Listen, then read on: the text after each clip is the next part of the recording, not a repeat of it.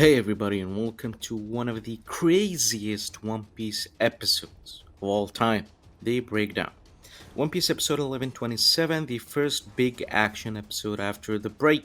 And it's safe to say it even surpassed all expectations. What did my eyes just witness, man? This episode tells me the most what the break achieved because it didn't have a lot of animators. It's just that few individual talented animators did more output than they'd usually do. They were given time to cook. This episode is directed and storyboarded by the new co-series director Wataru Matsumi, who recently gave us the new opening with Tu Young-soo and Hisaiwe as animation directors. Basically the same staff as episodes 1101 and 1112, which is something I expected based on the preview. Before getting into the animation madness, let's talk about Wataru Matsumi's direction and storyboards in the episode. For those who watch my content, I've spoken a lot about Wataru Matsumi in the past, and I particularly praised his storyboards. This episode showcases that even further. Some insane and ambitious perspectives throughout the episode. A notable example would be the fisheye high perspective with Luffy holding Kizaru. You can also take giant Luffy as a prime example of the drastic difference this episode and previous one looks in terms of storyboard. Unlike previous one, the storyboard takes scale into consideration more. The camera is not zoomed in on giant Luffy where he looks like a normal Luffy. Instead, you get the true feeling that he's a giant. Not only every shot was dynamic, but it also served a purpose. I liked the point of view used in Bonnie's section. What surprised me the most about the storyboard is how good Wataru is at storyboarding close-range combat. Something clearly shown well during the Lucci vs Zoro fight and Bonnie section as well. As for his direction, the episode featured great transitions and Wataru as usual pays great attention to lighting and atmosphere. Atlas preparing to go was a good example of clever and stylish use of transitions. The Saturn bit at the end was terrifying with great use of distortion effects to spice it up and to add Saturn to the end screen. The pacing was good and effective,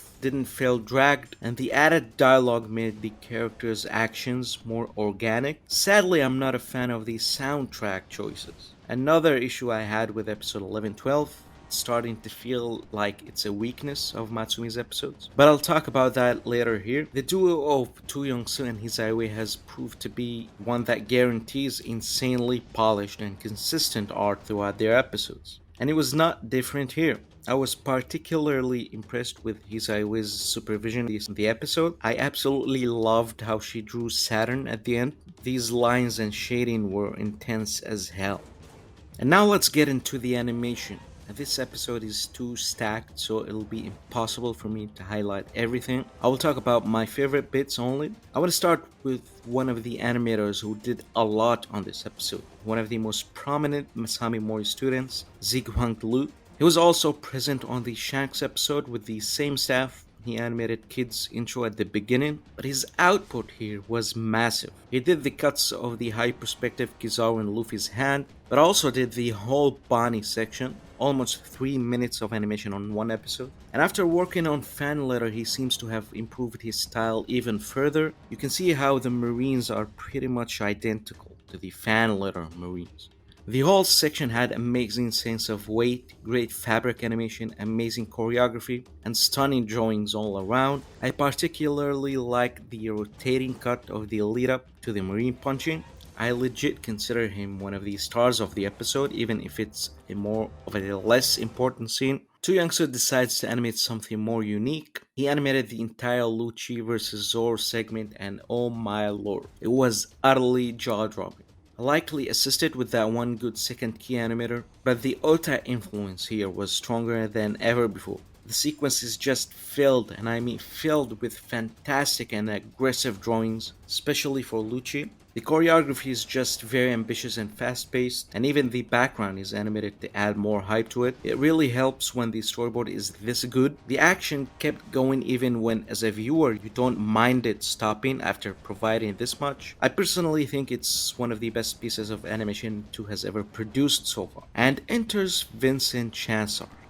breaking new ceilings with his work. He presumably storyboarded his section, or at least had ton of freedom to alter the storyboard. And what can I even say, man? Some needlessly complex compositions and angles, flowing in the maddest way ever, while he goes absolutely berserk on the animation side. We all know how much of a master Vincent is with camera work, so giving him that much freedom on an aerial fight was all we needed. It starts with crazy background animation of Kizaru flying with incredible volume and anatomy control over the character, until it shifts to more exaggerated and extreme bits. But it gets to a whole new level with the background animation zoom in with Kizaru, and before that there's like this insanely stylish slide over water. So much thought put, even the light particles are drawn in incredibly detailed, complex fashion. I've seen some people criticize Vincent's work for being fast, but most of the first half is actually done in great pacing and much slower than usual, so it might be a skill issue. It's the best I've seen from Vincent yet. Anyway, we continue with some pretty insane Gear 5 close-ups and fun frames. You really gotta praise the compositing here, because it did his work justice.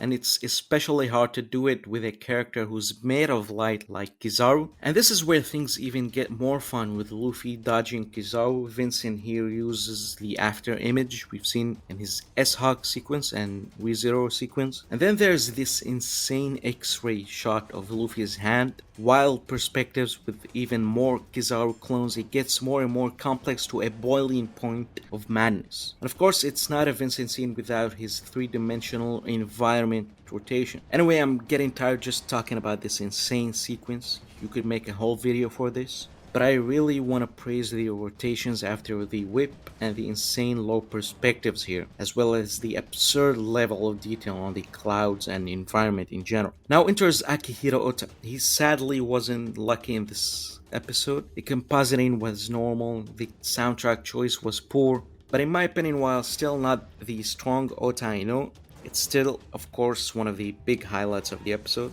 But for his standards, it's not all that. Maybe because he's prioritizing another scene. Anyway, there's still a lot to praise here, like the weight movement of giant Luffy, or his incredibly satisfying artwork and effects. I did expect something more unrestrained from him here. An unexpected guest animator called Hiro Nagano animated Luffy's laser bits. He's an animator mostly known for fake commercials and did great cuts on Freerun. His cuts had very satisfying timing and effects. Anyway, incredible episode, one of the absolute best in Egghead. Not perfect, but very close to perfection.